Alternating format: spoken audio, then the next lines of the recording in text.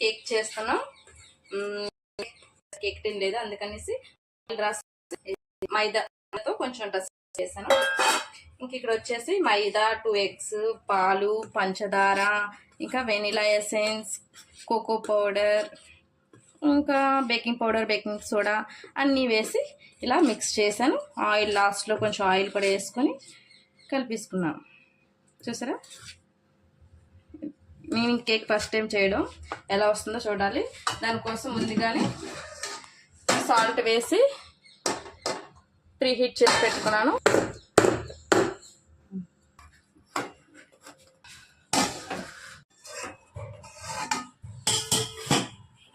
మొత్తం బేక్ అయిపోయింది అస్సలు.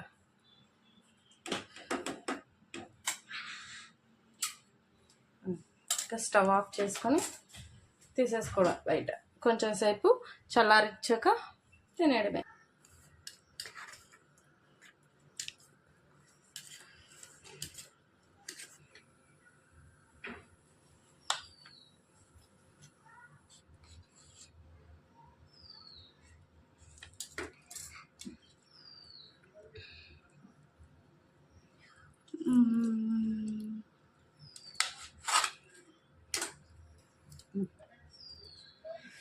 ఎలా ఉందో టేస్ట్ చూద్దామా?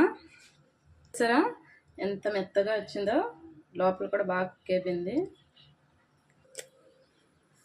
ఎలా ఉందో? బాగుందా?